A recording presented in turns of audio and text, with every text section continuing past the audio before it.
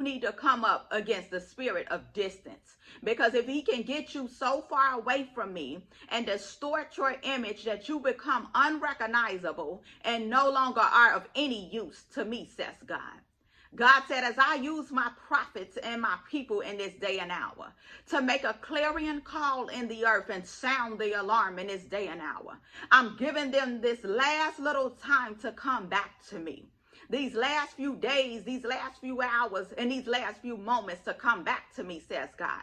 Or they will be wiped away with the world where they have made a new place of habitation outside of me, says the Spirit of the living God.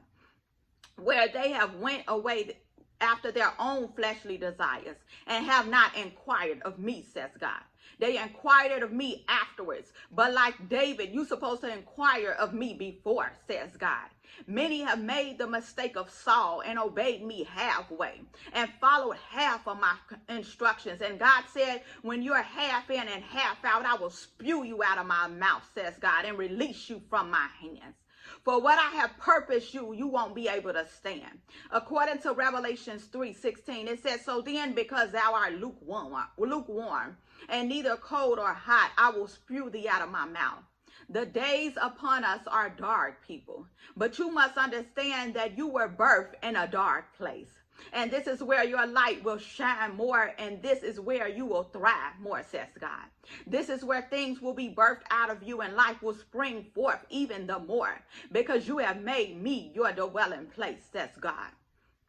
God will use his remnant to show this world how it's supposed to be done. We will show this world what kingdom really looks like, okay? We will show this world what full functioning in God looks like.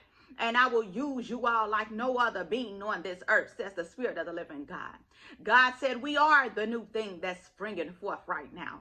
Sinners have made the darkness their place of habitation with no shape or no form, according to Genesis 1 and 2.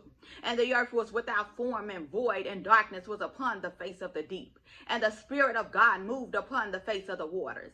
The darkness was never intended to be Satan's dwelling place, or the atmosphere Satan abide in. The rainbow was never intended for pride or homosexuality. The world perverts everything that God has made pure. They perverted a pure meaning and made impure what I call pure, says God. The darkness is where I started creating. The darkness is where my people shine the most in. Dark atmospheres was never supposed to be bad, but that's where people do their evil works in, says God, as if they're hiding something from me. So it's not so much darkness is bad. God wanted to show them that light was even better.